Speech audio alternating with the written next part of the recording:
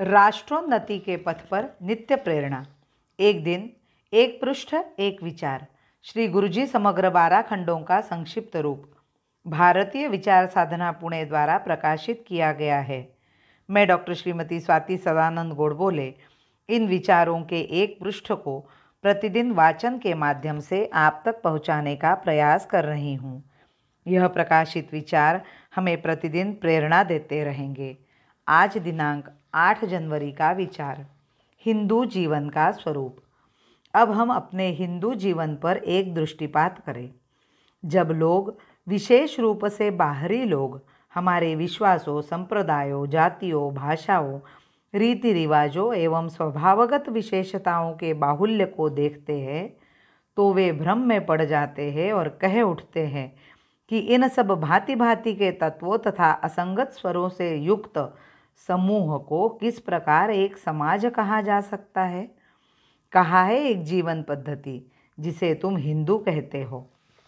यह प्रश्न हिंदू जीवन के बाह्य दृश्य स्वरूप से उत्पन्न होता है।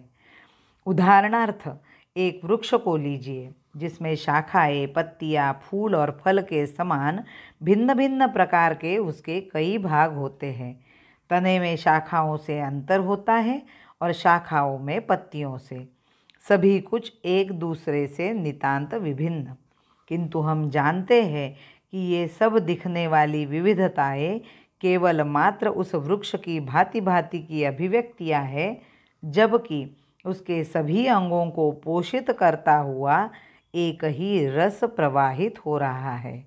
यही बात हमारे सामाजिक जीवन की विविधताओं के संबंध में भी है, जो इन सहस्त्रों वर्षों में विकसित हुई है। जिस प्रकार वृक्ष में फूल और पत्तियों का विकसन उसका विभेद नहीं, उसी प्रकार हिंदू समाज की विविधताएं भी आपसी विघटन नहीं है।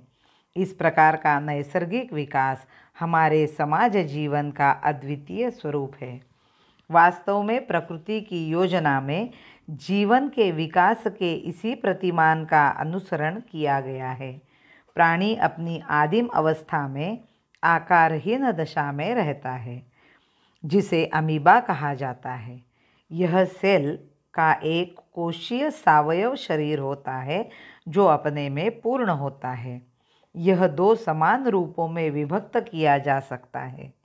जीव पदार्थ की यह प्राथमिक अवस्था होती है जो विकास के निम्नतम सोपान पर स्थित होता है। जैसे जैसे विकास में प्रगति होती है, भांति भांति के जीवों की जातियां बनने लगती है। बढ़ती हुई क्रियाओं को पूर्ण करने के लिए उनके विविध अंग होते हैं। अंत में मनुष्य शरीर बनता है, जो अनेक अंगों से संगठित एक अत्यंत संश्लिष्ट यंत्र है, जिसका प्रत्येक अंग अपनी विशिष्ट क्रिया से युक्त है।